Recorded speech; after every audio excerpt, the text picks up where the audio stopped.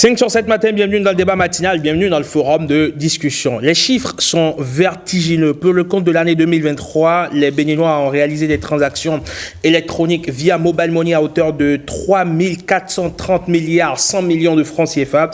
Ce sont les chiffres rendus publics par l'autorité de régulation des communications électroniques et de la poste ARCEP. Et figurez-vous que par rapport à 2022, les chiffres sont en hausse de 31%.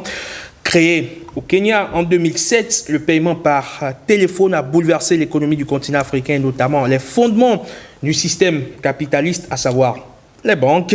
Le propre des révolutions, vous le savez, c'est de renverser les valeurs.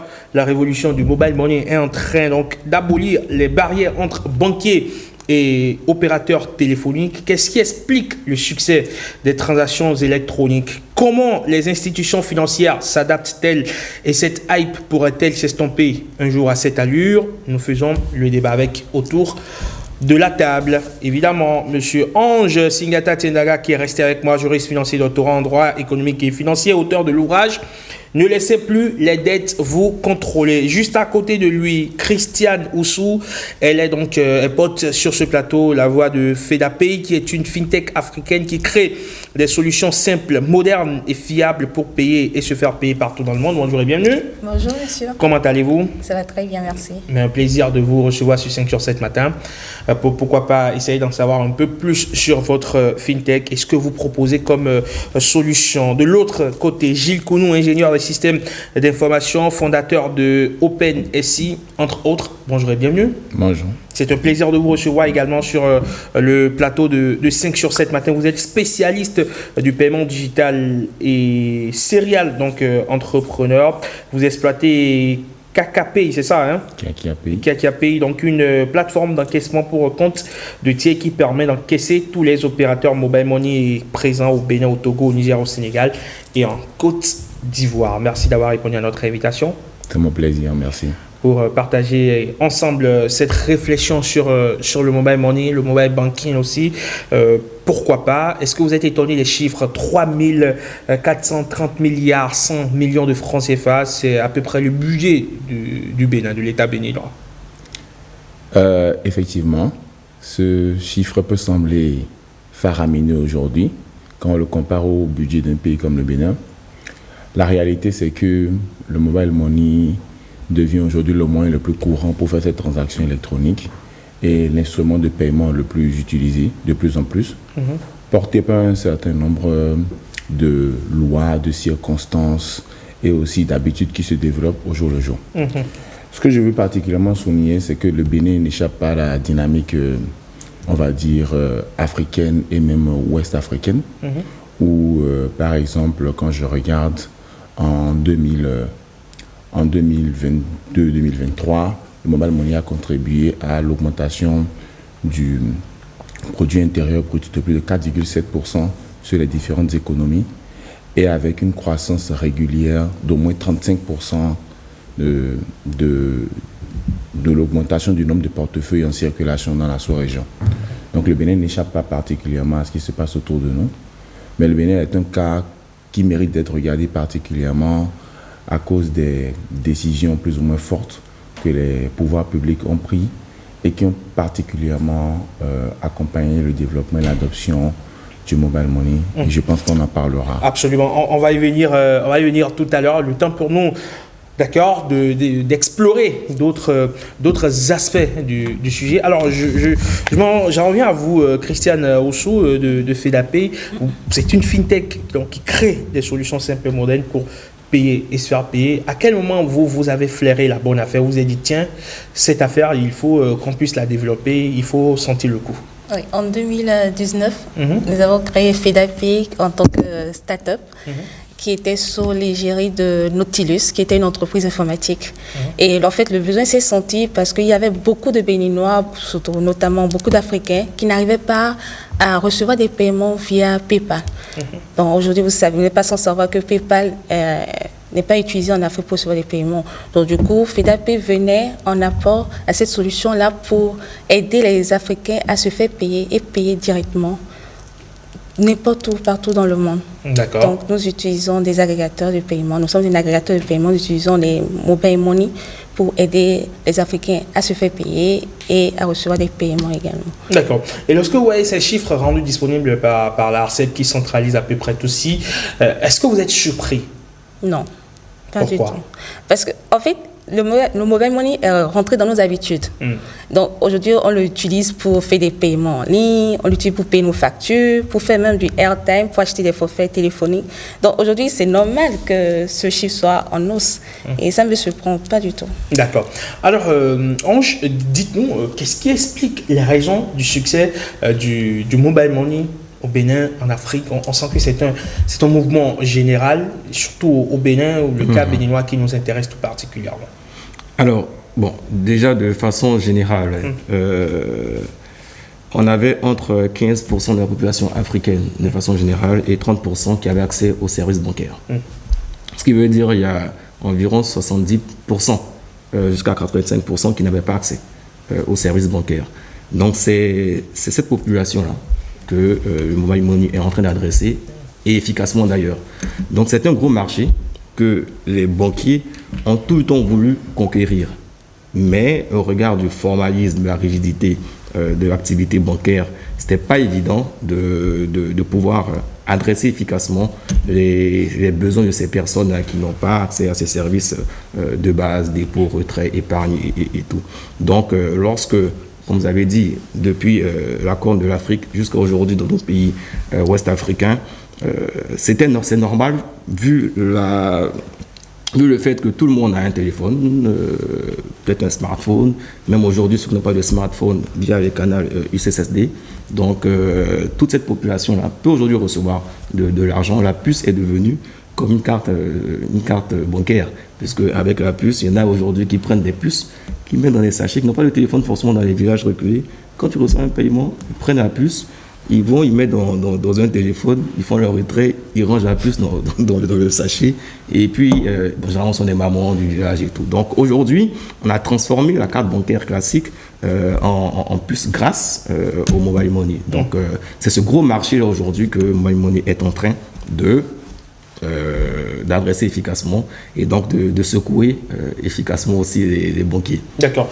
Alors Gilles, est-ce que vous pensez qu'on n'a pas encore même atteint le pic en termes, on va dire en termes de pénétration du mobile money, en termes d'utilisation du mobile money, et que dans les années à venir, ce chiffre va continuer à être en hausse?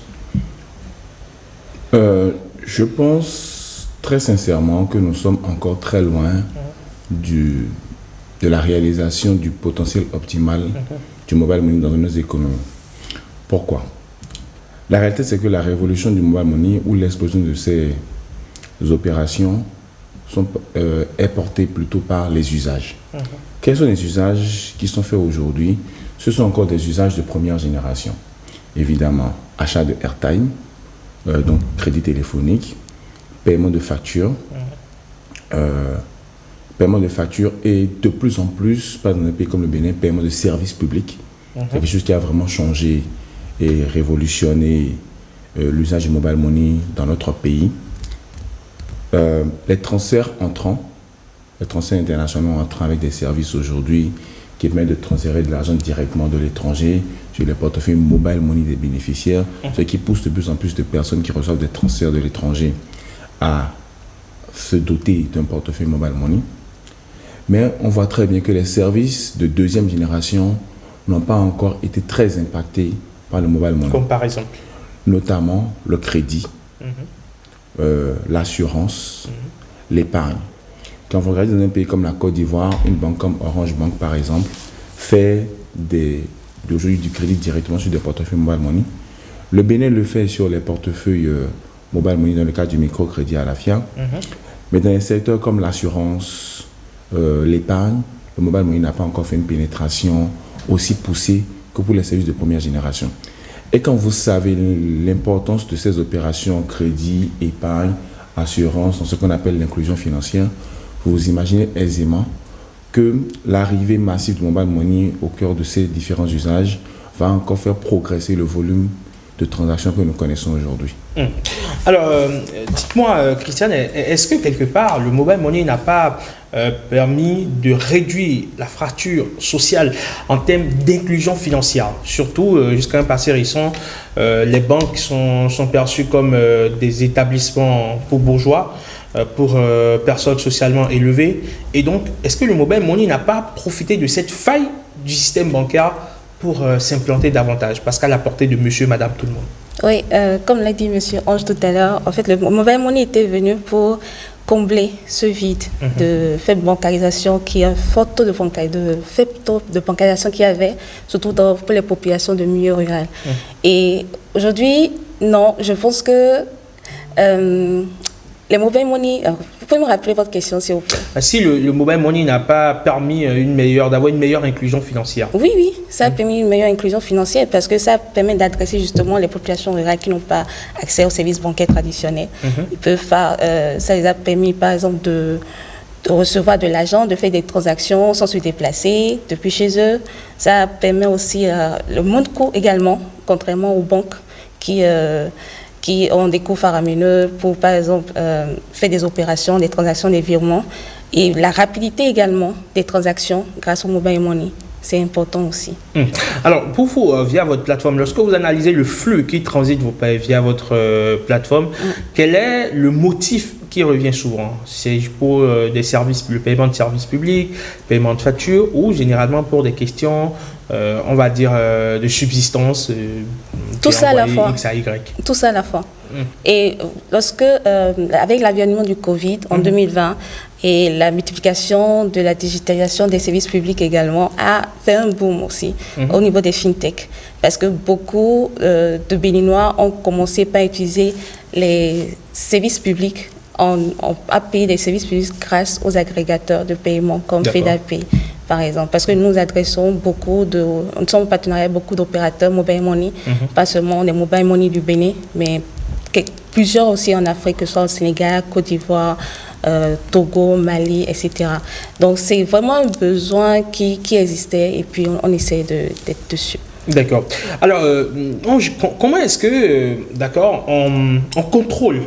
on contrôle le flux de transactions, sachant que le mobile money en réalité n'est pas tenu par des institutions bancaires formelles comme les banques qui sont censées justement, ou les institutions financières qui sont censées collecter et traiter de l'épargne. Comment est-ce qu'on contrôle ça? On est un peu comme dans un no man's land où ça échappe complètement à tout contrôle. Alors, déjà, merci de la question. En réalité, ce n'est pas un no man's land. La monnaie électronique est très réglementée. D'accord. Donc, en tant que juriste, j'ai envie de dire que depuis plus de 20 ans, les premiers textes communautaires sont entrés en 2002, avec une instruction de 2002 de l'UEMOA, qui a commencé à évoquer le sujet de la monnaie électronique, de la signature électronique.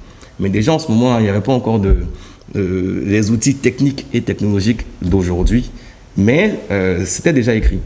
Et au fur, ça a évolué. En 2008, il y a eu des textes, en 2010, il y a eu des textes, et le dernier, c'est en 2015. Il y a eu une instruction sur les établissements de monnaie électronique qu'on appelle EME, et qui vient expliquer comment, parce que toute une question de confiance, dès lors qu'il y a transaction financière, on doit faire attention. Et si les banques sont si rigides, c'est parce que derrière, il y a beaucoup de contrôle. Donc, lorsqu'il y a des institutions qui arrivent et qui pénètrent le marché de façon très brutale, il faut pouvoir mettre des balises de sécurité. Au départ, en 2010, 2009, 2010, je ne sais pas si on doit le donner, mais il y avait une institution un réseau de télécom qui entrait avec la monnaie, qui voulait faire de la monnaie électronique, mais a dû s'adosser sur les banques. Et donc c'était la banque qui était l'interface, parce que c'est la banque qui est contrôlée, qui doit justifier les flux sur les différents comptes. Mais aujourd'hui, avec EME, donc avec l'instruction là, les établissements de monnaie électronique sont admises à émettre de la monnaie électronique. La contrepartie est que la monnaie qui est en circulation dans un territoire donné, il doit avoir ce même montant, à minima, dans un compte logé dans une banque. Donc, lorsque il y a 100 milliards de monnaies qui circulent, dites-vous que l'institution que vous utilisez dans des banques doit pouvoir justifier en tout cas de ce même montant pour sécuriser, parce que c'est une question de confiance. Il ne faudrait pas que demain, quelqu'un disparaisse avec tous les sous que les déposants ont eu à leur confier. Derrière, il faut pouvoir permettre à ces déposants d'avoir. Donc, il y a vraiment un dispositif de contrôle qui est, j'ai envie de dire, qui n'est pas en train de s'accentuer, mais qui est en train de se diluer parce que on veut faire comprendre maintenant à tous ceux qui interviennent dans l'écosystème numérique les exigences de la banque. Donc, l'identification, par exemple, le KYC, l'identification des clients pour certains, et le KYA, donc l'identification des agents. Parce que la banque, c'est l'identification. Il faut pouvoir identifier, connaître la source, l'origine. Il y a le blanchiment des capitaux, il y a le financement du terrorisme. Donc, c'est toutes ces implications qui emmènent les banques à être aussi contrôlées. Et aujourd'hui, il y a ce contrôle qui est aussi maintenant admis sur ces différents PME. Lorsqu'elles seront vraiment outillées ou lorsqu'elles montreront vraiment qu'elles sont dans cette dynamique-là, elle devrait pouvoir mobiliser beaucoup plus de ressources financières sur les différentes plateformes. D'accord. Alors, Gilles, comment est-ce que le mobile money fonctionne? Je veux envoyer 50 000 francs à Chimène, juste parce que j'ai envie de le faire. Je prends mon téléphone, je vais sur l'application où je procède de façon classique. Il suffit juste d'entrer son numéro, de le répéter une deuxième fois, de mettre un code, de l'envoyer. Entre deux, que ça quitte mon téléphone pour se retrouver sur son téléphone à elle, comment est-ce que ça se passe? Quel est le mécanisme derrière? Parce qu'on a bien envie de savoir, ça transite par où? Quels sont les circuits par lesquels ça transite? Déjà, avant de répondre à votre question, je vais revenir légèrement sur l'impact social du mobile money. C'est quelque chose qu'on ne voit pas assez, mais par exemple, aujourd'hui, dans plus de 9 pays en Afrique, au sud du Sahara, il y a plus de femmes qui ont des portefeuilles mobile money par rapport aux hommes. Il y a plus de femmes qui possèdent un portefeuille mobile money par rapport aux hommes dans plus de 7 pays au sud du Sahara. Ça, c'est quelque chose d'extraordinaire. Parce que généralement, dans la structure des services financiers ou de l'adoption des services financiers, il y a toujours un grand écart entre les différents genres. Le mobile money est en train de rééquilibrer de plus en plus cet écart de l'adoption des services financiers entre les hommes et les femmes. Quand il y a un microcrédit à l'affaire qui est un microcrédit qui est essentiellement donné par exemple aux femmes, c'est quelque chose qui montre très bien l'impact social et l'impact en termes d'inclusion financière. En sachant que par exemple dans un pays comme le Bénin, le mobile money est venu combler pour plus de 40% du gap entre la bancarisation stricte et la bancarisation générale qui est constatée aujourd'hui, et que vous avez plus de 100 000 points où vous pouvez faire un dépôt, retrait d'argent en cash dans le système mobile money, alors que dans le système bancaire aujourd'hui, je ne sais pas si on peut compter 150 agences bancaires au Bénin. Donc aussi bien en termes d'inclusion pour le genre, qu'aussi bien en termes d'accès aux différentes strates de la population, aux plus pauvres, aux services financiers, le mobile money est en train de combler un gap qui était vraiment un problème, ou qui est resté un problème pendant longtemps. D'accord. Pour revenir maintenant à ma question. Pour revenir à votre question, aujourd'hui, la plupart des opérations de transfert vont se faire au sein d'un même réseau, ou bien au sein du système d'information d'un même émetteur de monnaie électronique. Comme l'a évoqué Ange tout à l'heure, à la base de ce système, il y a l'émission de monnaie électronique. Vous remettez du cash quelque part, un émetteur de monnaie électronique va émettre une quantité de monnaie électronique équivalente. La banque centrale, évidemment, les autorités communautaires s'assurant d'éviter un risque d'illiquidité de la monnaie. Donc, ce que vous appelez aujourd'hui monnaie électronique, on va dire que c'est un artefact virtuel qui est adossé à de la monnaie réelle. Une fois que cette monnaie virtuelle est mise sur le compte de celui qui veut émettre et qu'il donne une instruction de transfert vers le compte d'une personne qui veut recevoir cet argent, c'est au cœur du système d'information de l'émetteur de monnaie ou de l'opérateur mobile money qu'il a fait un système de compensation. Donc, c'est un système de débit, crédit d'un compte. Et le compte de l'envoyeur va être débité, le compte du récepteur va être crédité de monnaie, de la de la somme équivalente. Et à partir de ce moment, le récepteur lui constate effectivement que désormais, il a reçu de la monnaie électronique pour une certaine valeur. En arrière, on se passait évidemment des opérations classiques à date ou à fréquence de réconciliation des différentes institutions financières pour déplacer l'argent d'un compte physique de chez tel opérateur vers un compte physique de tel autre opérateur. Mais ce qu'il faut noter, c'est que essentiellement, comme j'ai dit au début, ces opérations de transfert se font généralement au sein d'un même opérateur. Aujourd'hui, pour transférer de l'argent d'un opérateur vers un autre, les agrégateurs comme KakaPay ou des systèmes d'interopérabilité vont devoir intervenir. D'accord. Pour justement, avec des technologies modernes comme on appelle des VPI, transmettre cette information d'un réseau vers un autre. D'accord. Avec évidemment une notion de confiance derrière qui est faite à cet agrégateur, qui est désormais l'intermédiaire, le tiers de confiance qui va dire effectivement, j'ai obtenu de l'opérateur A l'information que l'envoyeur détient bien cet argent sur son portefeuille et je vais informer l'opérateur B de manière sécurisée que c'est telle somme qu'il faut mettre sur le compte du récepteur. Quand ça se passe entre deux différentes institutions, entre deux différents émetteurs, ça fait intervenir soit un agrégateur de paiement, soit un agent d'interopérabilité.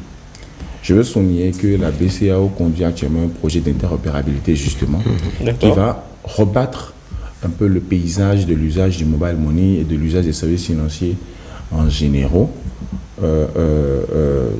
de manière à ce que le besoin d'acteurs intermédiaires soit de plus en plus réduit.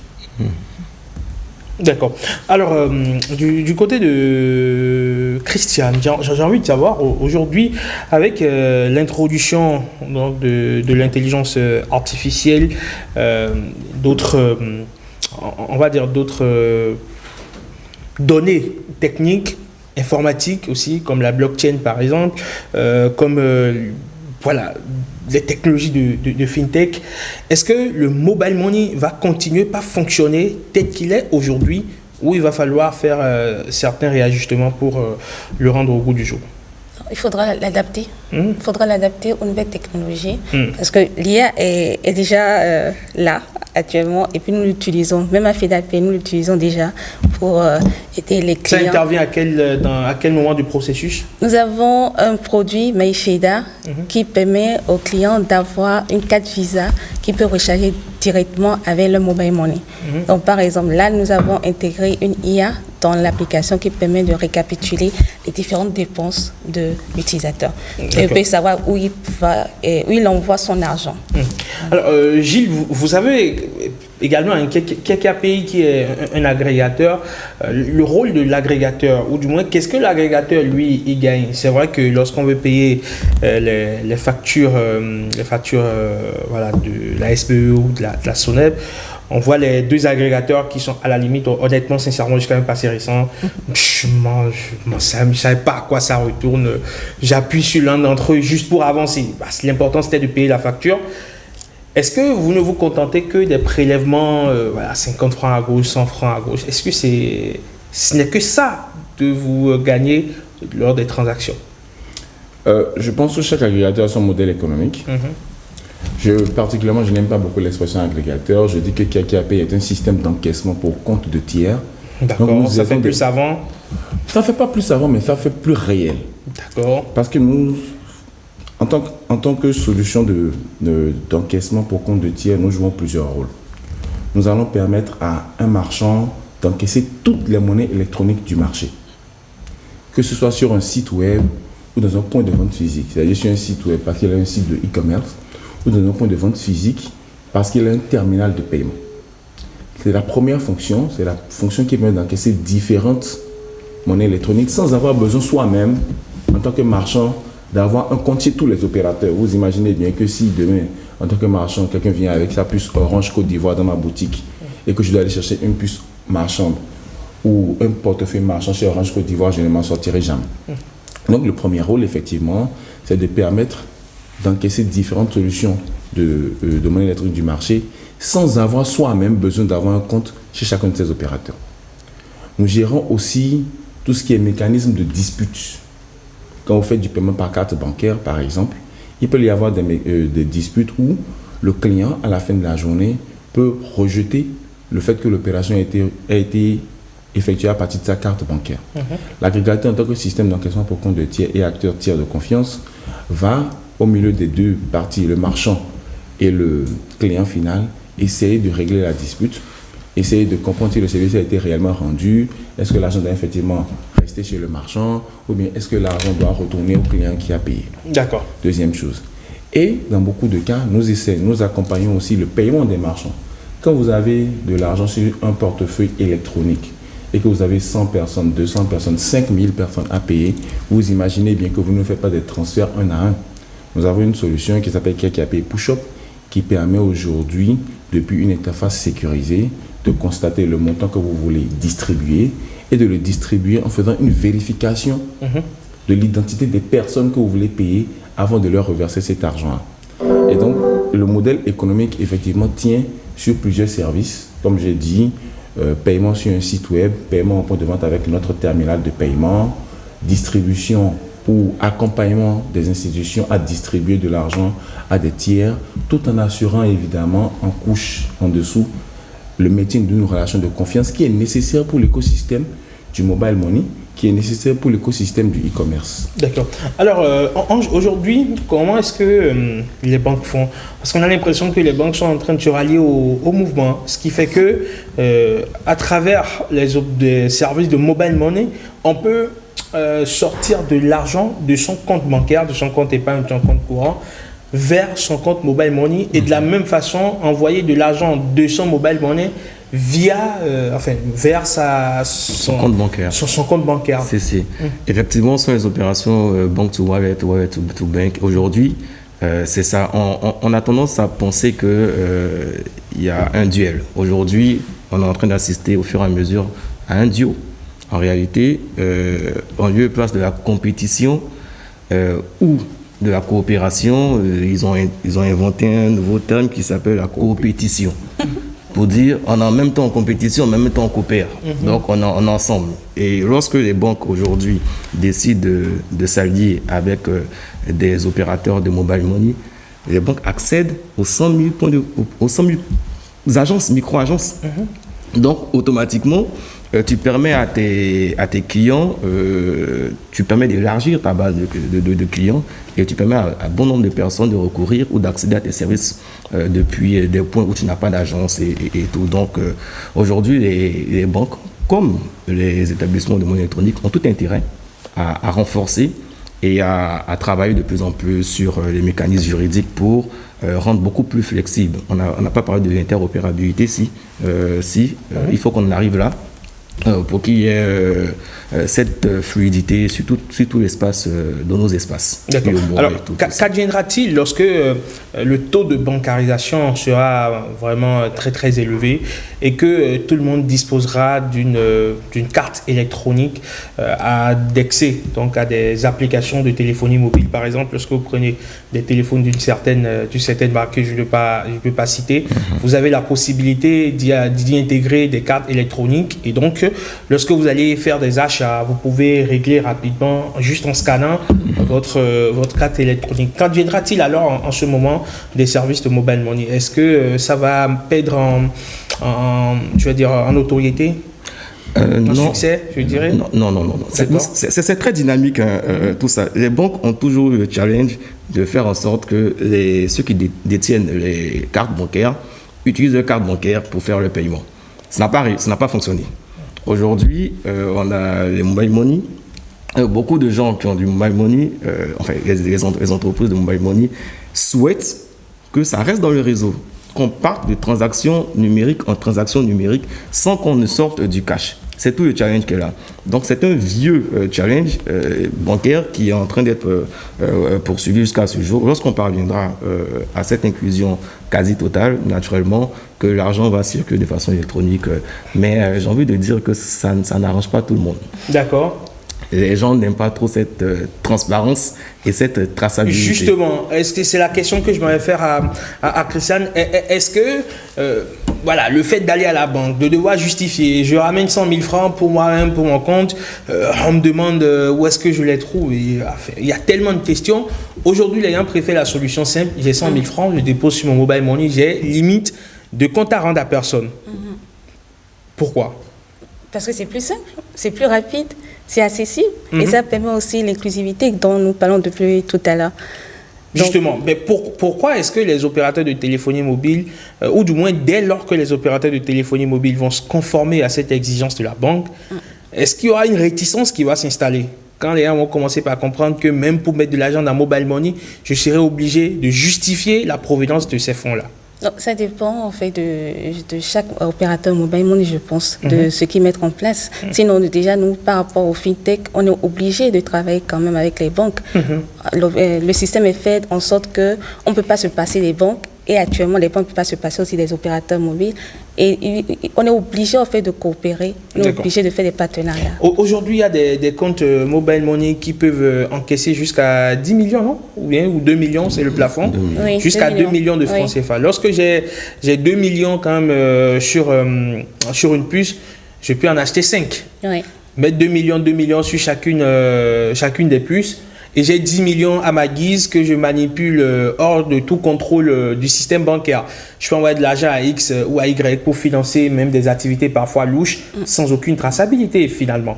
Non, il y a forcément de la traçabilité. Déjà sur la question de la traçabilité, vous devez remarquer que l'État fait depuis à peu près 3-4 mois, je pense, une opération pour obliger tout le monde à s'identifier, à identifier les cartes SIM. Ça vient systématiquement avec l'identifiant de la personne qui est derrière le compte Mobile Money. Cela va c'est quelque chose qui profite à tout le monde. Si vous voulez envoyer de l'argent à Paul, vous avez besoin de savoir que c'est effectivement Paul qui est derrière ce numéro. Si vous voulez payer un salarié qui est à distance que vous ne voyez pas, vous avez besoin de vous assurer que ce salarié s'appelle bien Jean X. C'est très important.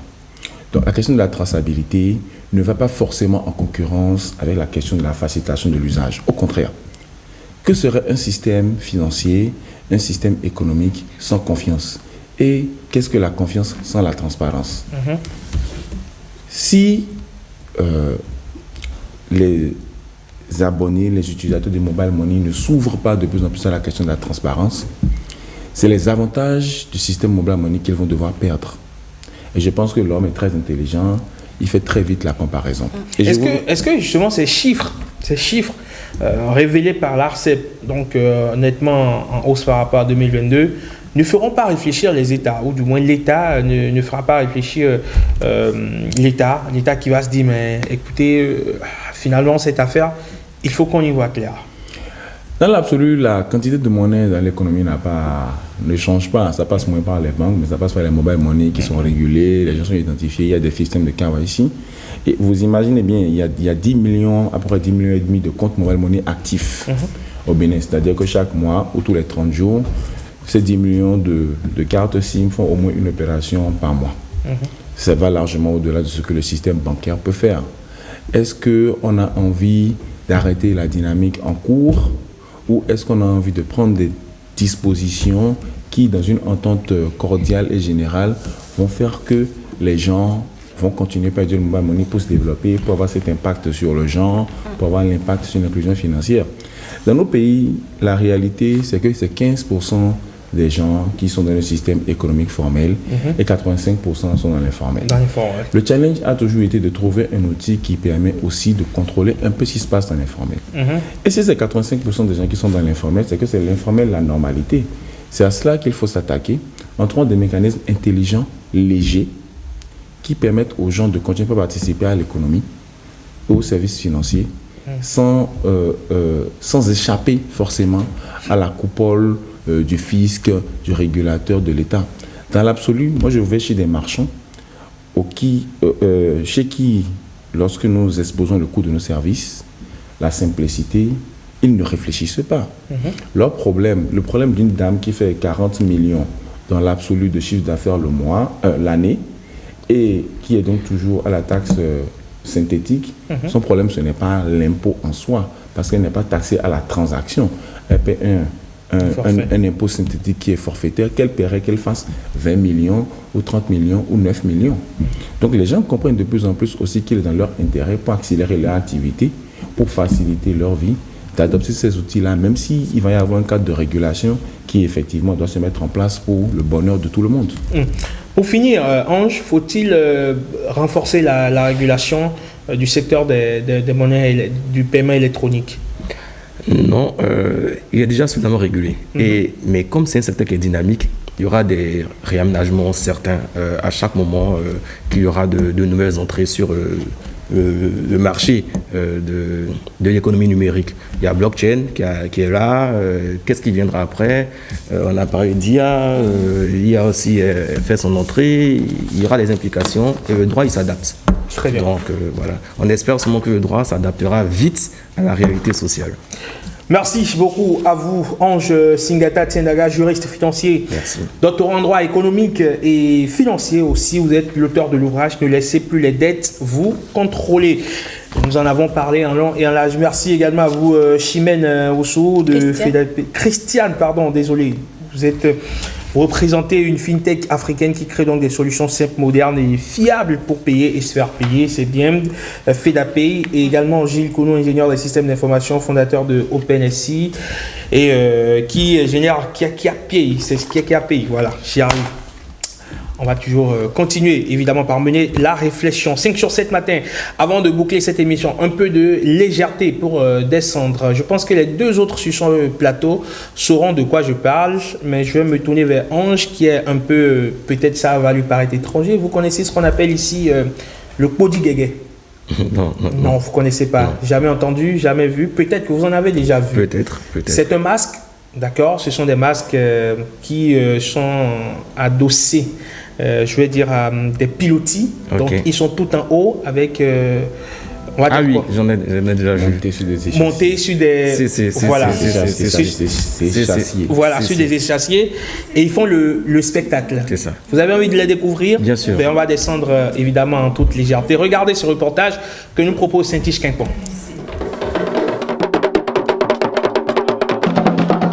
Ces êtres masqués sur des échasses créent l'effervescence dès leur apparition.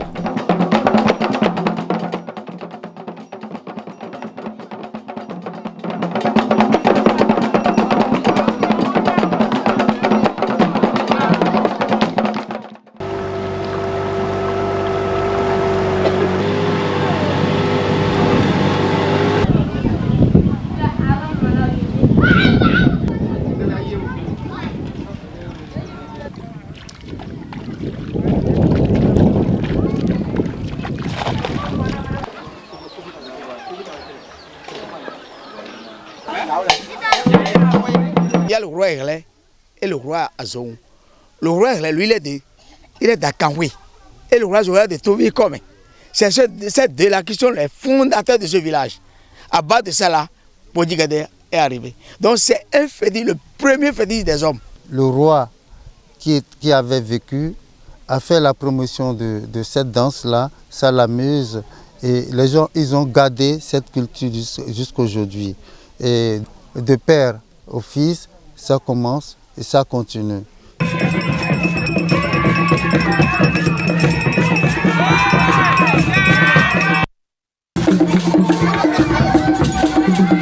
Il faut être initié. Il y a les conditions. 2 ou 3 jours avant de monter. Il faut être purifié avant. Il y a des exercices même pour le bois. Et ils font des exercices, ils font des sacrifices avant de commencer l'activité.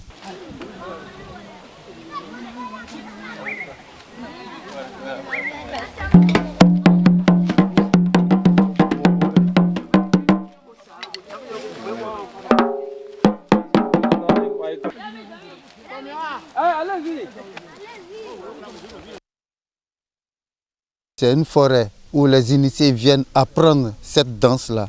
Et c'est là jusqu'à présent. Si on dit Okpo, c'est bois. Dit, c'est sur le bois. Guégué, c'est la chaîne. Si je suis sur le bois, nous sommes chaînes. Le bois, moi je ne vais pas permettre au bois de casser. Le bois ne va pas me permettre de tomber. Donc c'est pour ça qu'il y a une liaison. Quand ils montent là-dessus, avec les rituels, ils deviennent une. C'est tout comme s'ils sont en contact avec la terre.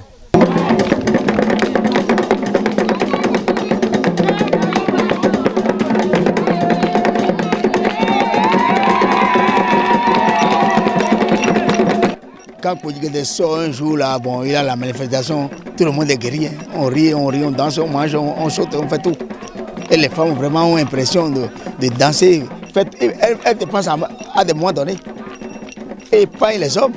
Quand c'est au village que vous tapez ici, vous allez vraiment renvoyer les gens. La masse, c'est trop.